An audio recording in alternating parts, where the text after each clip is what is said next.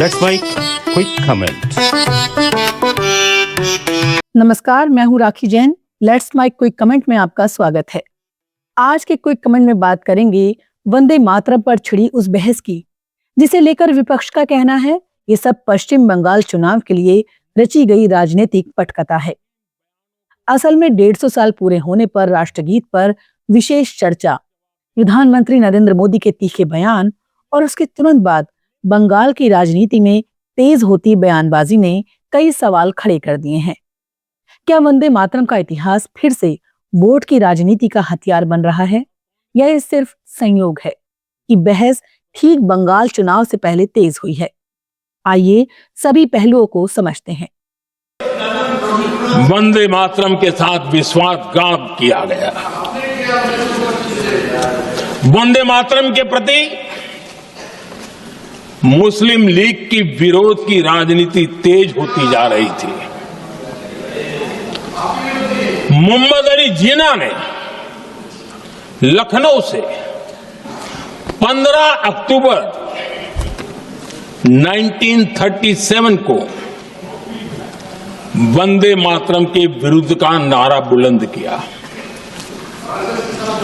फिर कांग्रेस के तत्कालीन अध्यक्ष जवाहरलाल नेहरू को अपना सिंहासन डोलता दिखा।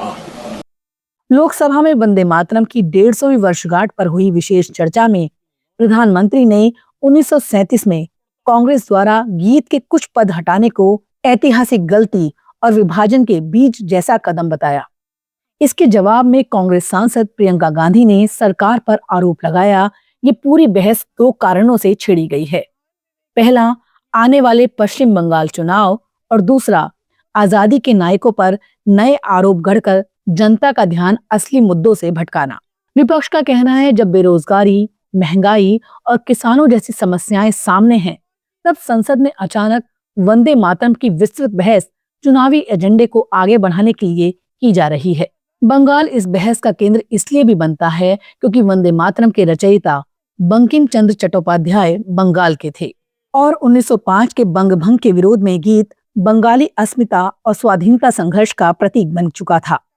आज जब 150 वर्ष पूरे होने पर संसद में इसे लेकर चर्चा होती है, तो राष्ट्रीय स्तर पर भी बंगाल की सांस्कृतिक पहचान को सीधे संबोधित किया जा रहा है। विश्लेषणों में कहा गया कि बंकिम दा या बंकिम बाबू को याद कर बीजेपी बंगाल में संदेश देना चाहती है कि वो बंगाली गौरव की असली वारिस है, जबकि टीएमसी को मुस्लिम तुष्टीकरण के कटघरे में खड़ा किया जा सके। रिपोर्टों के अनुसार बीजेपी ने बंगाल में वंदे मातरम के 150 साल पूरे होने पर 1 साल लंबा अभियान चलाने की योजना बनाई है। कार्यक्रम, रैलियां, सांस्कृतिक आयोजन और बंकिम चंद्र की विरासत पर जोर। राजनीतिक विश्लेषकों का मानना है ये सिर्फ स्मरण नहीं, बल्कि 2026 के विधानसभा चुनाव से पहले हिंदू वोटर और मध्यम वर्ग को भावनात्मक रूप से जोड़ने की कोशिश है। यूनाइटेड न्यूज ऑफ इंडिया जैसी रिपोर्ट्स में साफ कहा गया, ये आई ऑन 2026 इलेक्शन के साथ तैयार की जा रही रणनीति है। तृणमूल कांग्रेस के लिए एक मुद्दा आगे कुआं पीछे खाई जैसा बताया जा रहा है। एक तरफ बंकिम चंद्र और वंदे मातरम के खिलाफ दिखना बंगाली अस्मिता के खिलाफ जाने जैसा है। दूसरी तरफ अगर ममता बनर्जी खुलकर समर्थन करती हैं, तो टीएमसी के मुस्लिम वोटर असहज हो सकते हैं। इसी पृष्ठभूमि में ममता बनर्जी ने वंदे मातरम पर संसद चर्चा का स्वागत करते हुए कहा कि उनकी पार्टी को गीत से कोई आपत्ति नहीं। साथ ही बीजेपी पर नेताजी सुभाष बोस और बंगाल के नायकों को लेकर चुनिंदा प्रेम दिखाने का आरोप लगाया। कांग्रेस, टीएमसी और अन्य विपक्षी दलों का साझा आरोप है कि वंदे मातरम पर संसद चर्चा जानबूझकर ऐसे वक्त रखी गई जब बंगाल चुनाव नजदीक है। टाइम्स ऑफ इंडिया और अन्य रिपोर्टों में विपक्ष के हवाले से कहा गया, ये डाइवर्जन टैक्टिक है, जनता की रोजमर्रा की समस्याओं से ध्यान हटाने और चुनावी ध्रुवीकरण बढ़ाने की कोशिश।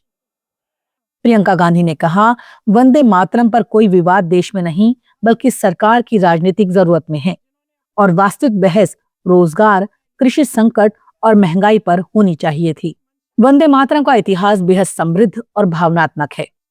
आजादी की लड़ाई में गीत, नारा, प्रार्थना और प्रतिरोध सब कुछ था। लेकिन समय समय पर इसके कुछ पदों को लेकर धार्मिक आपत्तियां और राजनीतिक विवाद भी जुड़े रहे हैं। मौजूदा दौर में कई विश्लेषण ये सवाल उठा रहे हैं, क्या 1937 के फैसलों, नेहरू टैगोर की बहस और कांग्रेस की भूमिका को आज के संदर्भ में चुनावी हथियार बनाना देश की सामाजिक सद्भावना के लिए ठीक है या नहीं।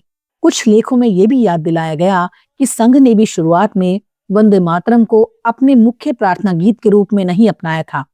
इसलिए इतिहास को चुन चुनकर पढ़ने की बजाय पूरे परिप्रेक्ष्य में देखना जरूरी है। लेट्स माइक क्विक कमेंट में फिलहाल इतना ही। देखते रहिए, सुनते रहिए लेट्स माइक। नमस्कार।